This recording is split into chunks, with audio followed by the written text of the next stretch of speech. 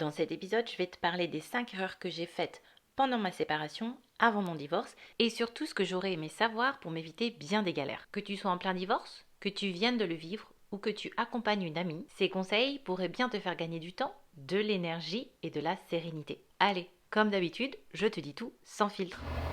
Erreur numéro 1. Penser que je devais aller mieux très vite. Juste après la séparation, je me suis mise une pression énorme pour aller mieux très vite. Étant maman solo à l'étranger, je voulais très vite reprendre le contrôle sur mes émotions, reprendre le contrôle sur ma vie, sourire et montrer en fait que tout allait bien. Surtout à mon petit garçon. Mais en fait, en y regardant de plus près et en ayant maintenant ce recul par rapport à la situation, je sais que le deuil d'une relation, c'est quelque chose qui met du temps. Et ça peut mettre énormément de temps, surtout quand cette relation a été vraiment longue. Et maintenant, je sais que c'est tout à fait ok. Je me rappelle que quand j'ai emménagé dans notre petit Airbnb, il n'y avait que mon fils et moi, et que pendant la journée, je faisais vraiment en sorte d'être occupée, de sourire, et je me laissais pas du tout pleurer, je me laissais pas du tout démoraliser. Je mettais un masque pendant la journée avec lui et j'essayais vraiment de faire bonne figure, mais c'est quelque chose qui vraiment me fatiguait, me demandait énormément d'énergie et qui me demandait en fait de vraiment cacher cette part de moi qui n'allait pas. Et en faisant ça, je pense que je me suis encore plus épuisée à cette époque parce que je voulais faire bonne figure et que je voulais pas m'autoriser à ne pas aller bien devant lui. Et donc, ce que j'aurais aimé savoir, c'est que guérir, c'est tout un chemin. C'est pas juste une course. Et même dans cette expérience, on doit prendre le temps de regarder ce qui se passe, d'admirer le paysage et de faire ce chemin, même dans la pénombre, aussi longtemps que nécessaire. Donc, honore ton rythme. Erreur numéro 2, vouloir tout gérer toute seule. J'ai absolument voulu tout gérer. Les papiers, le quotidien, les émotions. Sauf que au fur et à mesure, je me suis épuisée. Et qu'à cause de ça, ma santé mentale se détériorait. Je me rappelle qu'au tout début, j'avais dit à mes copines que je partais. Elles étaient au courant de la situation, mais je n'osais pas leur donner les détails. Je n'osais pas leur dire à quel point je me sentais seule, à quel point j'étais triste, à quel point j'avais le cafard et à quel point c'était dur. Parce que j'avais pas envie de les embêter. J'avais aussi peur d'être jugée ou de ne pas être comprise et que les gens autour de moi allaient se dire mais en fait comment elle a fait pour en arriver là, on pensait que elle gérait tout. J'avais honte de demander de l'aide, j'avais honte de dire ce que je ressentais vraiment, de peur d'être jugée par les gens autour de moi. Et c'est là que je me suis enfermée dans ma douleur et dans ma solitude. J'ai d'ailleurs fait un épisode spécifiquement là-dessus, donc surtout n'hésite pas à aller l'écouter ou le visionner dès que tu as fini avec cette vidéo. Et ça a créé encore plus de peine et encore plus de peur. C'est ce qui m'a laissé en pleurs et c'est ce qui m'a aussi laissé submergée par la peur pendant un très long moment. C'est aussi à cause de ça que je me suis retrouvée dans l'incapacité de prendre de bonnes décisions et que je vivais ma vie en mode survie. Je ne la vivais pas en fait, je subissais ce qui se passait, je subissais mon quotidien. Je subissais la situation et je subissais le ressenti. C'est pour ça que ce que j'aurais aimé savoir, c'est que s'entourer, ce n'est pas un échec. Bien au contraire, c'est une force. Et que bien souvent, on a des personnes vraiment bienveillantes autour de nous qui veulent juste nous écouter et nous aider dans ces moments hyper difficiles. Ma troisième erreur, refuser la pension alimentaire pour ne pas me ressentir redevable. Pendant la séparation, l'une des choses les plus difficiles pour moi, c'était vraiment l'aspect financier. Quand on s'est séparés, j'ai tout géré toute seule. Mon nouvel appartement, mes dépenses, les habits, la bouffe, tout ce qui concernait notre enfant, c'est moi qui l'ai pris à charge. Je ne voulais pas lui demander un centime. Et lors du divorce, forcément, la question de la pension alimentaire s'est posée. Et au tout début, pour moi, il était hors de question de toucher quoi que ce soit. C'était hyper difficile pour moi de me faire à l'idée que mon ex allait participer aux frais de vie de notre enfant. Parce que je me disais qu'en assumant tout toute seule, j'allais être indépendante. Que si je prenais la pension alimentaire, de ce fait, je devenais dépendante de lui, je devenais dépendante de son argent. Et ça, c'était hors de question. Et je me rappelle que pendant une séance de coaching, ma coach, elle m'a défiée, elle m'a challengée, elle m'a dit, mais en fait, quels sont les partages des dépenses aujourd'hui? Comment ça se passe? Et je lui ai expliqué et elle m'a dit, mais est-ce que tu penses que c'est ok?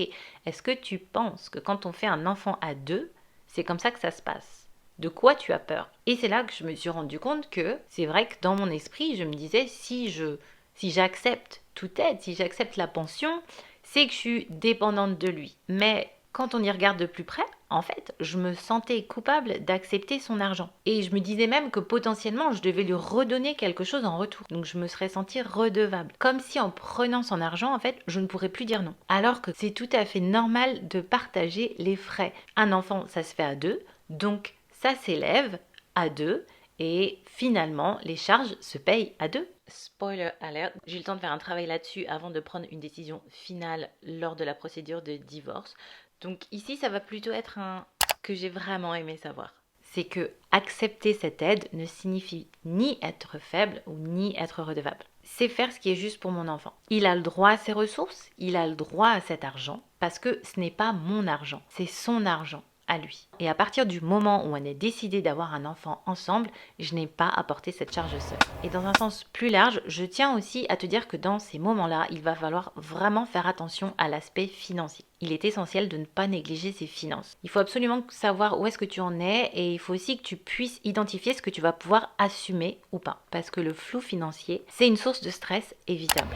Erreur numéro 4, me couper de mes émotions. Pendant cette séparation et ce divorce, j'ai voulu être forte. J'ai pas voulu craquer, j'ai pas voulu pleurer et en fait, j'ai pas voulu regarder ce qui se passait à l'intérieur de moi au niveau émotionnel. Je voulais montrer que je gérais tout, surtout à mon petit garçon. Mais en fait, j'étais totalement en pilote automatique. Et mes émotions, elles attendaient. Je me souviens que vraiment mon quotidien, c'était une sensation de boule au ventre, une sensation de colère permanente, énormément de frustration et de tension. C'est lorsque j'ai rejoint un groupe d'autres femmes qui se faisaient coacher en ligne que, au fur et à mesure, j'ai pu vraiment me rendre compte qu'il y avait des émotions en dessous de la colère, qu'il y avait énormément de ressentis et que tout simplement, en m'allouant du temps pour me poser et pour voir ce qui se passait au fond de moi, eh bien, je pouvais libérer vraiment ce trop-plein et tout doucement m'alléger de toutes ces émotions qui avaient besoin de sortir et qui étaient là à attendre et qui finalement impactaient mon quotidien et ma façon de voir les choses et ma façon de vivre. La colère, c'était juste le sommet de l'iceberg et qu'il y avait plein d'autres émotions sous-jacentes qu'il allait falloir explorer si je voulais aller mieux. Ce que j'aurais aimé savoir, c'est que refouler, c'est comme stocker du poison dans un tiroir ou dans ton frigo ou balayer toute la poussière sous le canapé. C'est là, ça s'entasse, ça s'accumule et éventuellement ça va déborder. Et quand ça va sortir d'une façon très néfaste. Et qu'on a en fait la capacité de traverser ça, qu'il y a plein d'outils pour le faire, et que c'est pas une question non plus de à quelle vitesse on le fait.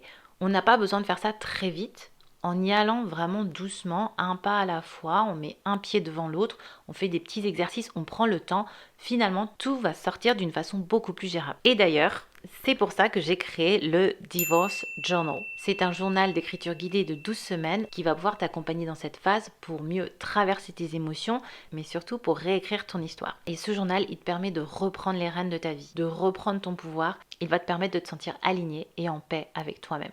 On a toutes le droit de se sentir en sécurité et en paix. Si tu veux réécrire ton histoire dès aujourd'hui, je t'invite à retrouver mon Divorce Journal dans la barre de description de cette vidéo. Ma 5e et dernière erreur, oublier mes rêves. Pendant un long moment, je n'ai vécu que pour tout gérer. Le quotidien, mon enfant, l'administratif, le divorce. Comme je te disais, j'étais vraiment en mode autopilote. Du coup, j'ai mis de côté mes projets, mes rêves, mes envies de voyage, mes besoins et mes désirs en général. Depuis de nombreuses années, j'avais vraiment envie d'avoir une chaîne YouTube et d'avoir un podcast. À chaque fois, je me disais mais non et tout, c'est pas le bon moment ou tu vas pas y arriver. Mon ex n'était pas du tout encourageant à ce niveau-là. Et c'est vrai que quand je l'ai quitté et que je me suis retrouvée seule, ça c'est quelque chose où je me disais mais hors de question, jamais je vais faire ça, j'ai pas le temps, maintenant il faut que je gère notre quotidien, on n'est que tous les deux. En fait, c'est pas du tout le bon moment. Et c'est au fur et à mesure, avec le coaching et en prenant le temps d'explorer ce qui se passait en moi, que je me suis dit non en fait, c'est maintenant le moment, c'est là le meilleur moment parce que j'ai quelque chose à partager.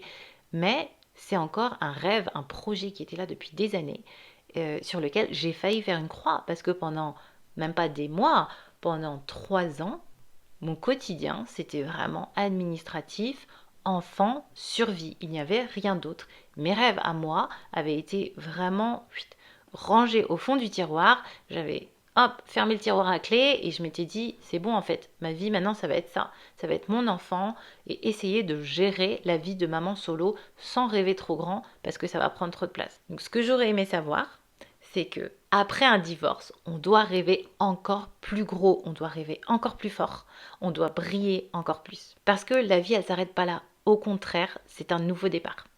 Voilà, c'était les 5 erreurs que j'ai faites. Et j'espère que mon expérience va pouvoir t'aider à éviter ces pièges. Donc n'oublie pas, prends ton temps pour guérir. Demande de l'aide quand tu en as besoin. Clarifie tes finances. Accueille tes émotions. Et surtout, n'oublie pas de rêver encore plus grand et plus fort. Dis-moi en commentaire quelle est la leçon que tu retiens aujourd'hui. Et surtout, n'oublie pas de partager cette vidéo avec une amie qui en aurait besoin. On avance ensemble. Si tu souhaites redevenir l'héroïne de ta vie, je te recommande fortement d'entamer ton travail de guérison avec mon Divorce Journal.